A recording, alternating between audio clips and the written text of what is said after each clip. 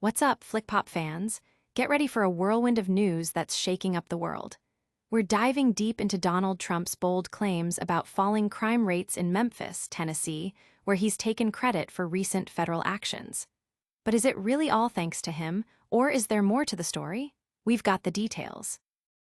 Next up, we're heading across the pond to the UK for a very special state visit by Donald Trump. This trip is particularly poignant as he visits the homeland of his immigrant mother, Mary Ann MacLeod, tracing her roots back to the Isle of Lewis in Scotland. We'll explore the fascinating history and personal connections behind this significant visit. Then, we're shifting gears to the economic impact of Trump's policies. We'll be looking at how American small businesses, particularly within the Indian American community, are grappling with the recent imposition of 50% tariffs on imports from India. These tariffs are reshaping bottom lines and forcing difficult choices. And finally, we're turning our attention to the global stage and the plight of aspiring scholars. We'll investigate how President Trump's travel ban is keeping thousands of international students from coming to the U.S. for college, derailing dreams, and creating uncertainty for those who invested so much time and money. Stick around for all these stories and more. Don't forget to like, subscribe, and hit that notification bell. Trump claims credit for Memphis crime drop. Donald Trump is asserting that recent federal actions, directed by him, are the sole reason for a decrease in crime rates in Memphis, Tennessee. He made these claims on Truth Social, stating that the FBI and federal agencies working in Memphis for 5 months have led to this reduction, and implying that more significant results are yet to come after his official arrival. This assertion comes amidst data showing that while Memphis has one of the nation's highest crime rates, it has seen an 11% decrease in violent crimes in 2024 compared to previous years. Critics point out this statistical decline occurred prior to Trump's recent announcement of deploying the National Guard, a move he made without the explicit request of Memphis Mayor Paul Young.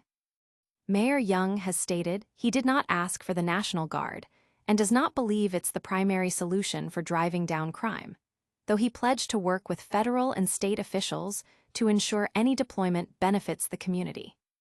Trump's deployment of National Guard troops to other cities like Los Angeles and Washington, D.C. has drawn scrutiny, with legal experts and advocates raising concerns about the use of military forces in domestic policing and the potential for politicization.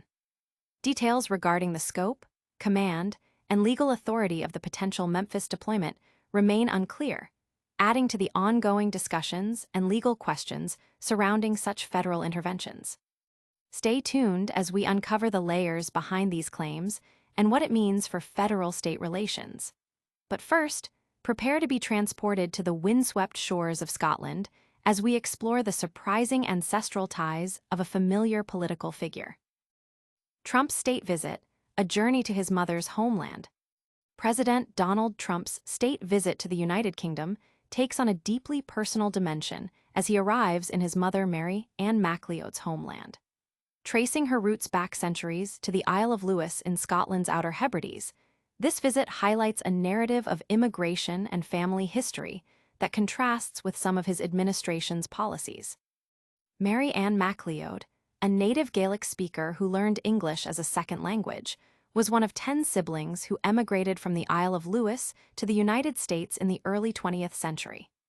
Her journey, like many from the island seeking opportunity, represents a form of chain migration that her son's administration has sought to curb. The Isle of Lewis itself is a place steeped in history, characterized by emigration due to economic hardship and famine, fostering a deep empathy among locals for those fleeing difficult circumstances. Mary Ann's father ran a post office, exposing her to a global flow of communication and goods, which likely fueled her aspirations beyond the island. Limited opportunities for women and the aftermath of World War I on the island's male population further propelled her emigration to New York in the mid-1920s. There, she met and eventually married real estate developer Fred Trump, embarking on a life that transformed her from a young immigrant to a prominent figure's mother. Her story, from leaving Scotland with little to becoming a U.S. citizen and mother of a president, is seen by some locals as a testament to hard work and determination, embodying a part of the American dream. This personal connection to immigration offers a unique perspective on Trump's visit. But shifting from heritage to hard economics, our next story reveals how recent U.S. trade policies are creating significant challenges for American businesses with ties to India. Tariffs hit home. Indian-American businesses feel the pinch. American small businesses deeply connected to India are facing significant economic strain following President Donald Trump's imposition of steep 50% tariffs on imports from the nation.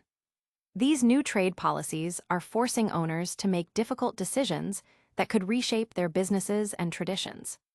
The Trump administration's decision to double tariffs on Indian imports stems from India's purchases of Russian oil, which Trump views as support for Russia's war in Ukraine.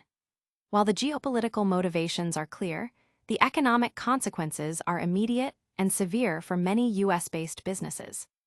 For establishments like All India Cafe, the cost of importing essential spices and liquor has nearly doubled, pushing owner Powandeep Kaur Kinda to consider raising menu prices or even reducing staff hours, a difficult choice for a family-run business. Hiral Mehta, owner of Sari Palace in Artesia, California, faces similar pressures, having paid substantial tariffs on recent shipments of bridal outfits, to the point where she hasn't paid herself this year. The intricate hand embroidery and generational craftsmanship involved in Indian textiles make replicating such products domestically nearly impossible. Sumir Kaur, founder of Lashkara, who employs 600 people in India, reports that textile mills there are operating at half capacity, a situation she describes as even more dead than COVID right now. Michelle Ranavat, founder of the skincare brand Ranavat, highlights that while the administration aims to encourage domestic manufacturing, her business relies on specialized ingredients and processes in India, and rising costs could lead to cutting U.S.-based jobs. Audience impact. Business owners express frustration, with some feeling that the government favors larger corporations and that the tariffs ultimately burden American consumers or threaten businesses rooted in cultural traditions. The unpredictability of these rates makes long-term planning nearly impossible, and many fear losing the connection to their heritage that their businesses represent. These economic pressures are reshaping industries and livelihoods. Now, we turn to another policy with far-reaching consequences as we explore how international students' dreams of studying in America are being put on hold. Trump's travel ban blocks aspiring international students. Thousands of international students who meticulously plan to pursue higher education in the United States this fall find their dreams deferred, if not dashed, by President Donald Trump's expansive travel ban affecting 19 countries. For students like Bahara Saghari from Afghanistan, who face Taliban restrictions on women's education, an offer to study business administration in Illinois was a beacon of hope. However, the travel ban has once again blocked her path. Similarly, Pauya Karami, a 17-year-old from Iran aspiring to study polymer chemistry, had to shelve his plans despite focusing his college search solely on the U.S. due to its research opportunities. The ban impacts citizens from countries across Africa, Asia, the Middle East, and the Caribbean, with significant numbers of visas issued to individuals from Iran and Myanmar in previous years. The administration cited national security concerns and high visa overstay rates as reasons for the ban, claiming certain countries' screening processes are inadequate.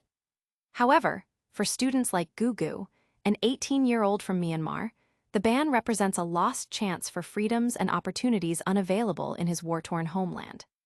His acceptance to the University of South Florida was met with family celebration, only to be shattered by the news of the travel restrictions, preventing him from deferring his admission.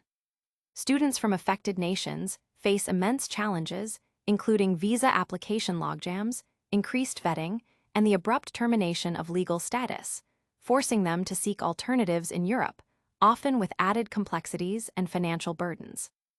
Audience impact.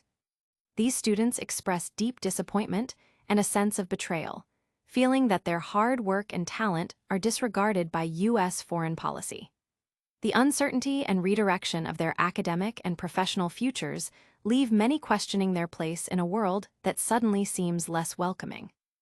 The impact of these policies is profound, affecting lives globally. But before we wrap up, we'll give you a quick recap of all the major stories we've covered today. And that's a wrap on today's top stories. We've seen Donald Trump claim credit for a drop in Memphis crime, explored his ancestral roots in Scotland during his UK visit, witnessed the economic fallout for Indian American businesses due to new tariffs, and revealed how his travel ban is impacting international students. Make sure to like this video, subscribe to FlickPop for more, and hit that notification bell so you don't miss our next update. Let us know your thoughts in the comments below, and follow us on all social media platforms.